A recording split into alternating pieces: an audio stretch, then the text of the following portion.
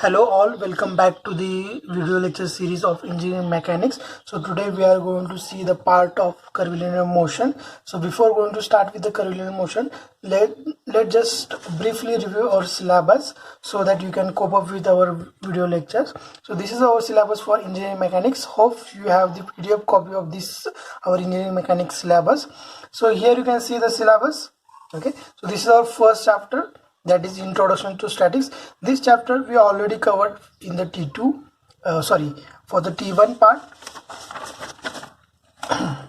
Now the second unit is introduction to types of supports and beam. Third unit is introduction to friction. Okay, then next fourth unit is rectilinear motion. Fifth unit is curvilinear motion, and last one is work energy principle. Okay, now we also completed the rectilinear motion part.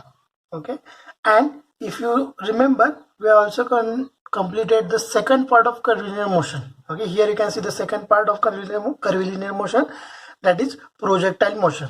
Okay, so in that definition and different terms of projectile motion, that is time of flight, horizontal range, angle of projection, maximum height, trajectory equations. Okay, also we have solved the different problems related to the projectile motion. Okay, now we are going to study the first part from the curvilinear motion, that is equation of motion in rectangular components, normal and tangential component, radial and transverse component. Once we complete this part, we will be finishing the fifth unit, that is curvilinear motion. Okay, so our unit is curvilinear motion. Okay, and today we are going to study the coordinate system in curvilinear motion. Okay, so there are three main coordinate systems which describe the motion of a particle along a curve. Okay, these are, first one is rectangular coordinate system. Second one, that is normal and tangential coordinate system, and last one is radial and transverse coordinate system. Okay, so these are the three main types of coordinate system in curvilinear motion. Okay, out of that, second system, that is normal and tangential coordinate system, is also called as path variable coordinate system, and third one, that is radial and transverse coordinate system, is also called as polar coordinate system. So that part we will study in deep into the next video. Okay, so in this video we will study the first one, that is rectangular coordinate system. Okay, now suppose this is a coordinate system. Okay, x, y and z. Okay, consider a particle moving along a curve. Okay, so this is a curve. Okay, so we will call this is a path of motion. Okay, as we are studying the curvilinear motion, so our particle motion is curve. Okay, so our particle is traveling along a curve, and at any instant particle is positioned at, suppose at any instant, suppose at this instant, denote that point P. So here our coordinate origin, that is O. Okay, so at any instant, if you want to find the position of this, so we denote that position with the R vector, suppose this position. Okay, so we know the along x-axis we have I vector along y-axis we have j vector, along z-axis we have the k vector. Okay, and the position of this path P, sorry, this point P is x, y and z coordinates, right? Now if suppose you want to write this position vector, so how will write the position vector? We already know how to write the position vector.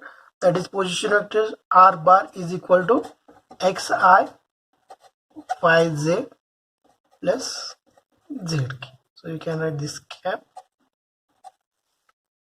Okay, now when this is true, when your curve in a space, so when it is space curve, space curve means the curve is lying in three plane, that is x, y, z plane. Okay, then we can write this r bar is equal to xi plus yj plus zk. Okay, but when the curve is in plane, suppose it is in xy plane, so how we will write the coordinate, sorry, r vector? Simply xi yj. Okay, so this is for plane curve, this is for plane curve. Okay, so this is position. So first point is our position. Okay, so this is vector, this is in vector form. Okay, if you want to find the magnitude of position, if you want to find its magnitude, so I will find, so r is equal to under root x square plus y square. Okay, and you will get the position, magnitude of position. Okay, okay, now the next point is velocity and acceleration component. Just now we have found out the position. Okay, now the next is velocity. Okay, next part is velocity and acceleration component. Okay, so to find velocity and acceleration components, so what we need to do, we need to differentiate the position vector with respect to time.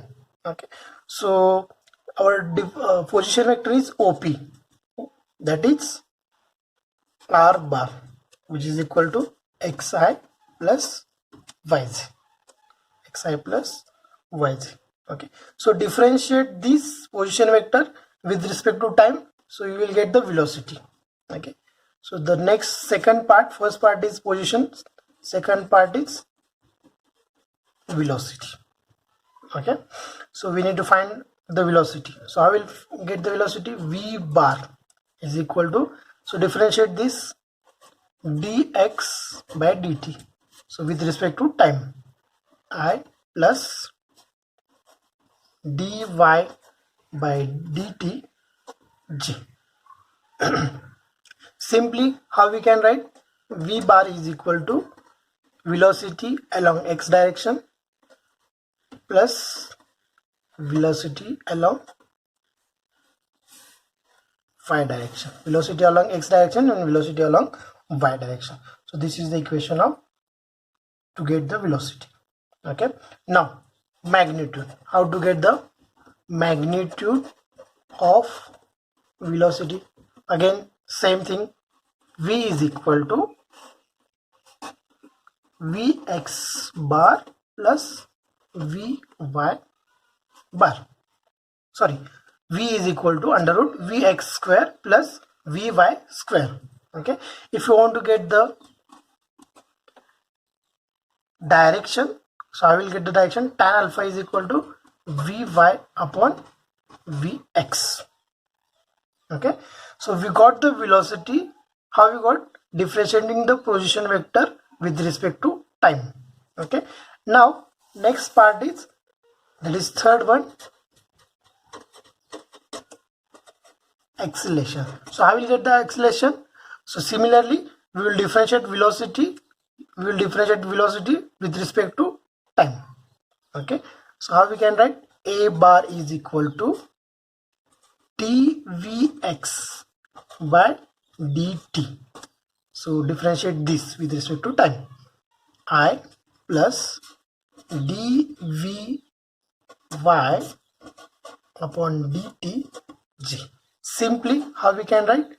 A bar is equal to acceleration along x direction plus acceleration along y direction. Okay, so how to get the magnitude?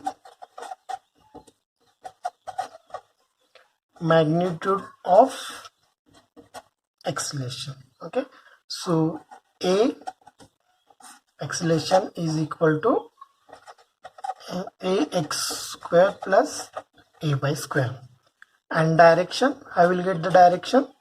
So tan beta is equal to ay upon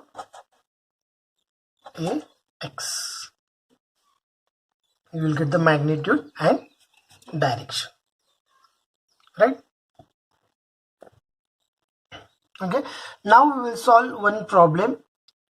So the problem is, at any instant the horizontal position of a balloon is defined by x is equal to 30t full stop if path equation is y is equal to x square upon 100. Determine a, the distance of the balloon from the station A when t is equal to 2 seconds. B, magnitude and direction of velocity when t is equal to 2 seconds. And C, the magnitude and direction of acceleration when t is equal to 2 seconds. So here you can see the figure. Okay, so this is our balloon B. So this is A, station A, and we need to find the position of B from station A. Okay, so this is y component is given, y is equal to x square upon 100, and this is x. X is also given, that is x is equal to 30t. Now we will solve the problem. Okay, so we will solve the problem. Okay, so in this problem we need to find the first thing, that is the position. So first thing we need to find is position. Okay, so what is given? The distance of the balloon from the station A when t is equal to, that is time t is equal to 2 seconds. We need to find the distance of balloon from the station A. Okay, when time is equal to 2 seconds. Okay, so in problem what is given? X is equal to 30t is given. Okay, and y is equal to x square upon 100 is given. So find x when time is equal to 2 seconds. So 30 into 2. So what will get? 60. Okay, now here we know the y equation, y is equal to x square upon 100. So find the y. So 60 square upon 100. So you will get 36. Okay, so it is in meter, or you can write as it is 60 and 36. Okay, so how will write the position vector? R bar is equal to xi plus yj, which is equal to 60i plus 36j. So this you can write. Okay, now so we need to find the distance, means we need to find the magnitude. So how will get the magnitude? Magnitude means r. Which distance we need to find? We need to find the distance AB. So AB, which is equal to, how will write? Under root x square, that is 60 square, I am going to write directly, plus y square, that is 36 square. So solve this, and by solving this you will get the AB distance, which is equal to 69.97 meter. We will get the AB distance. Okay, so first we have solved, that is A point. Okay, so I will write this A. Now the B point, magnitude and direction of velocity. We need to find the magnitude and direction of velocity. Okay, so again the same thing, what is given in the problem?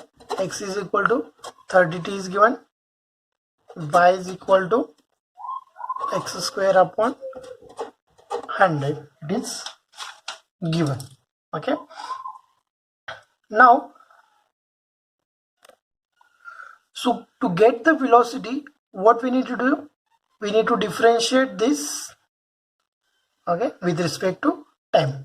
Okay, so we know the velocity vector v bar is equal to vx I plus vyj. So how to get the vx? Differentiate this with respect to time. Okay, so dx by dt. So what we'll get here? We'll get 30 meter per second. Right? Now vy. Okay, so differentiate this with respect to t. So dy by dt. So you will get 2x upon 100. 2x by 100 and dx by dt. As there is no any y component here, so we will write.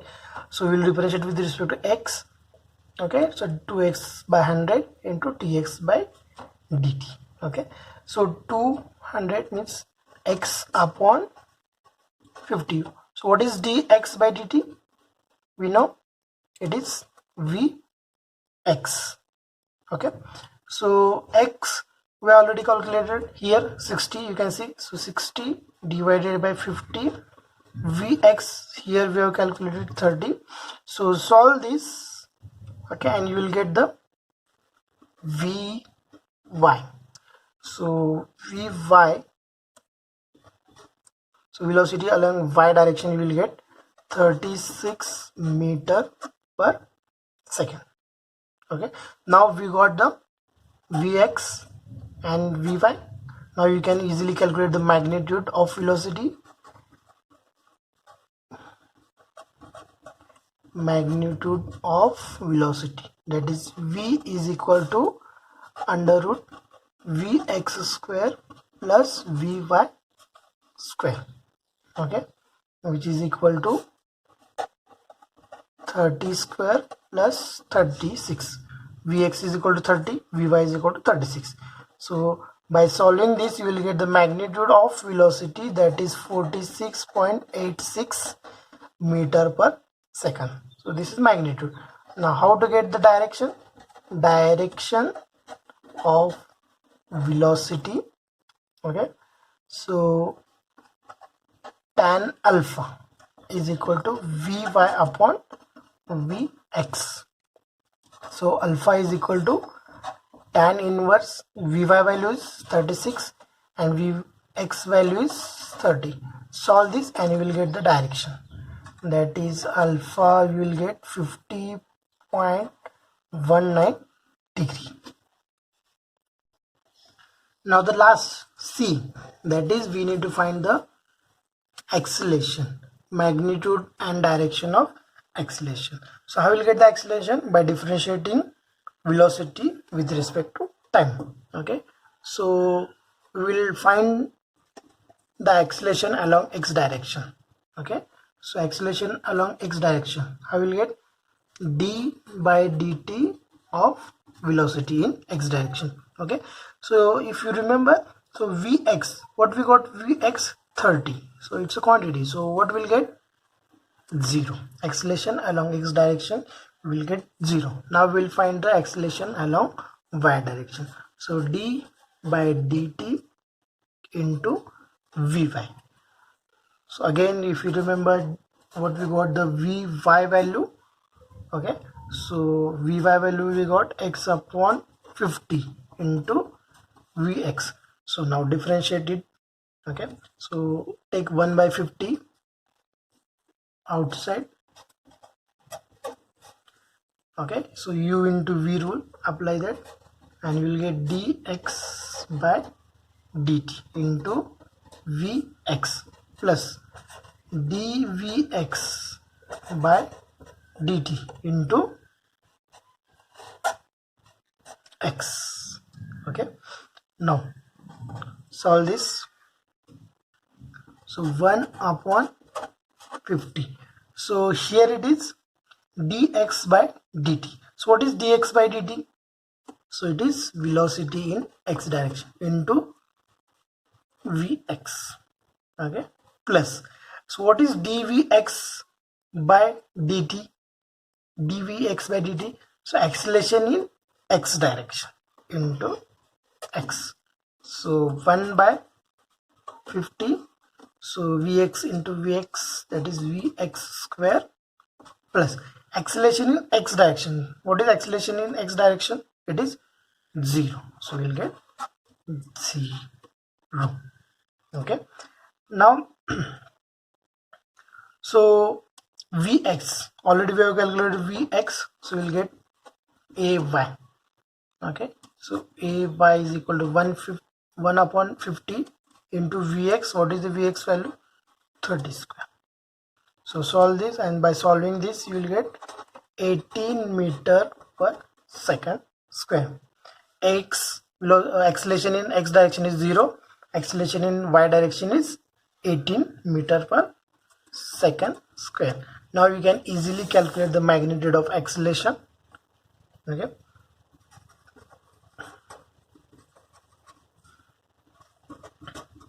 magnitude of acceleration, that is a is equal to ax square plus ay square. Ax already it is 0, ay is 18, so acceleration you will get 18 meter per second square. Okay, so direction, so I will get direction.